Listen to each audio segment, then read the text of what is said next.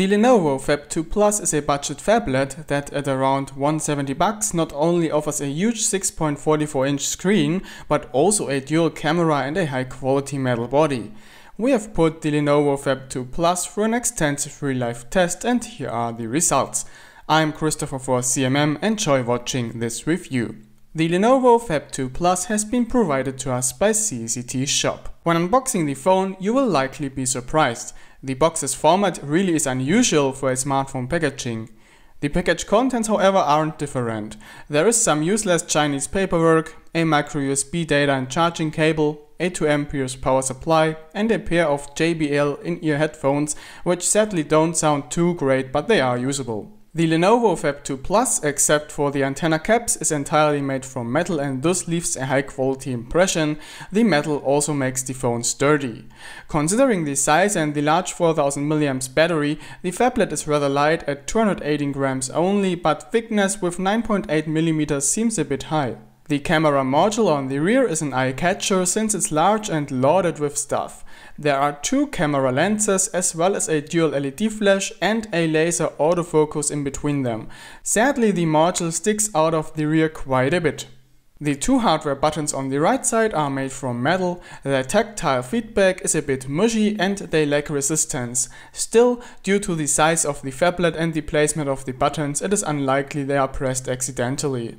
The SIM tray on the left side is perfectly even with the phone's body and offers space for a micro and nano SIM card. If you decide to use a micro SD card, you can only use one micro SIM card. The Lenovo Phab 2 Plus comes with backlit touch buttons on the front. Sadly, the back button is situated on the left side, which isn't optimal for right-handed users.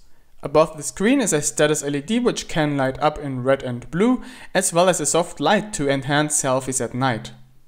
The large 6.44-inch Full HD screen is fun to use, the brightness is rather high, which makes it easier to read its contents under sunlight, the picture quality is good and the color reproduction can be adjusted in the settings. What could be better are viewing angles, red and yellow quickly changes when tilting the phone. The touchscreen recognizes up to 10 touch points and has a very good reaction time. Fast typing is easy on this one. For the screen glass, they use Gorilla Glass, which means it is scratch resistant. The gliding properties are good and fingerprints are attracted only slowly and are easy to remove. Inside the Lenovo Phab 2 Plus, a MediaTek MT8783 comes to use. You likely don't know this SoC, but it's just a tablet version of the popular MT6753. So yes, the SoC isn't quite up to date, but thanks to proper optimization it still performs quite nice during daily use. Any apps without much demands on processing grunt will run just fine. For gaming, the chipset struggles with modern high-end games. To make them run in a decent frame rate, you will need to cut down the graphics settings. Memory speed is kinda disappointing, the 3GB RAM only reach 3.4 GB per second of throughput and the 32 GB of internal memory aren't very fast either. Sensor-wise, everything important is there, including a gyroscope and compass. The fingerprint scanner on the rear works very reliable and thus is suitable for daily use, but the downside of it is that it isn't very fast. Unlocking takes around a second. The Lenovo Phab 2 Plus runs a slightly modified Android 6.0 Marshmallow. The launcher has been customized, but the remaining system looks like stock Android. Additional features are mostly limited to the rights and notification management, and there also are some Lenovo tools, for example to manage the phablet. Sadly, there is a huge issue. The Lenovo Phab 2 Plus can only be used with a translated shop ROM that comes with pre-installed Play Store. The original firmware does not support the Play Store, there is no way to get it to work after installing it. Now the problem is that the shop firmware is still based on the first released Lenovo Phab 2 Plus firmware, so it is outdated and comes with an old security patch from July 2016. There also are no updates, of course. Reception quality of the Phab 2 Plus is situated in the mid-range, mobile network signal strength is good, but there is no Band 20 LTE. The phone does support AC Wi-Fi, but the signal strength could be a bit better. Next to the router, it's quad 190 Mbit per second and one floor below speed dropped to around 30 Mbit per second. GPS reception quality is good and navigation was working well. Accuracy could be better though, since while tracking we noticed that the recorded track sometimes was off the road, and on turns the track often recorded a diagonal line instead of a curve. The media speaker sounds great for the price tag, Dolby Atmos sound enhancement is supported, and the volume is very high and there are no distortions.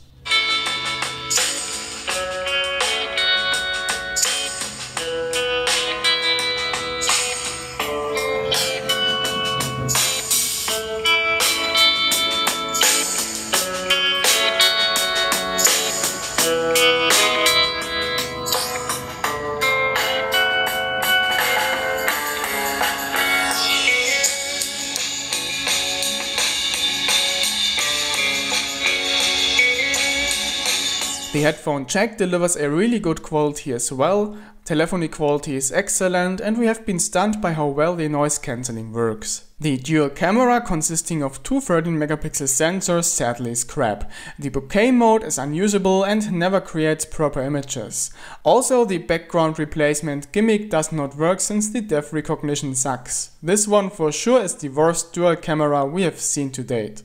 But that doesn't mean that the camera itself sucks. Actually, in normal mode it's quite amazing. Here and there the dynamic range could be better, but that can be improved by using HDR mode. In a nutshell, the Lenovo Phab 2 Plus does take great pictures that offer an impressive amount of detail and sharpness. What has been very surprising is low light performance, since the aperture is fairly small at only f2.8. Yet, the Phab 2 Plus takes great and detailed images even with very small amounts of light.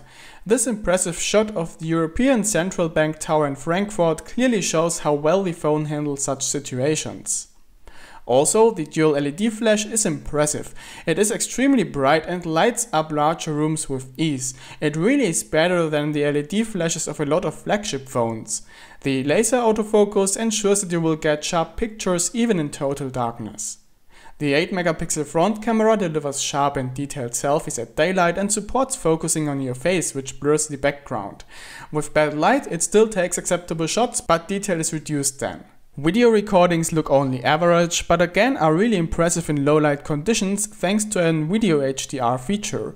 And the most amazing part is audio quality. The Phab 2 Plus is capable of recording Dolby 5.1 surround sound, and this works better than we expected. It is impressive how the phone picks out relevant noises and manages to suppress everything unimportant. Make sure to watch the camera sample linked in the video description for a demo of this. Last topic left to talk about is battery life. The phablet packs a 4000 mAh battery, which makes up for a decent battery life. We reached an average of 7 hours screen on time, which translates into about 1 day of intense usage. Charging time is short, it takes around 2 hours to charge the phone from 20 to 100%. Verdict: we are torn on this phablet. Purely judging by the hardware, the Lenovo Phab 2 Plus, apart from the missing LTE Band 20 support, is a decent offering, but the fact that you can only use the phone with a non-updatable shop firmware is disturbing. Of course, if you are fine with that, there is no reason why you shouldn't get it, but for anyone into updates, the Phab 2 Plus just isn't the right phone as long as there is no solution for Google Play on the original firmware. So that's all for this video. A shop link and more information is located down in the video description. I was Christopher for CMM, thanks for watching and see you in the next one.